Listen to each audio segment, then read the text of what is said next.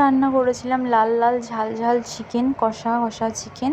তো চলো রেসিপিটা কী করে রান্না করেছিলাম তোমাদের সাথে শেয়ার করি। তো এদিকে আমি পেঁয়াজগুলো ভালো করে ব্রাউন করে ভেজে নেবার পর ওর মধ্যে আদা রসুন বাটাটাও ভালোভাবে ভেজে নেওয়ার পর তার মধ্যে মাংসগুলো অ্যাড করে ওটাও ভালোভাবে ভেজে নেবার পর ওর মধ্যে টমেটো কুচি, বেশ অনেকটা পরিমাণে লবণ, যেহেতু একটু লবণটা দরকার, আমি আর পরে লবণ দেবো না বলে।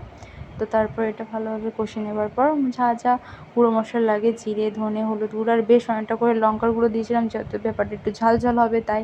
তারপর আমি ভেজে রাখা আলুগুলোর সাথে অ্যাড করে দিয়ে নেড়েচেড়ে আর বেশ অনেকটা করে লেবুর রস দিয়ে আবারও নেড়েচেড়ে তারপরে আমি ঢাকা চাপা দিয়ে দিয়েছিলাম। তারপরে দেখো মাংস থেকে ঢাকাটা উঠিয়ে কতটা জল বেরিয়েছে। তারপর একটু কষে নেওয়ার পর আমি একটু জল অ্যাড করে দিয়েছিলাম। তারপরে আবার ঢাকা চাপা দিয়ে দিয়েছিলাম, যেহেতু মাংসটা আর আলুটা আর একটু সেদ্ধ হবার কথা ছিল।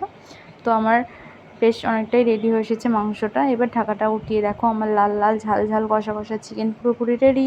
যদি ভিডিওটা ভালো লাগে তাহলে একটা লাইক করে দিও।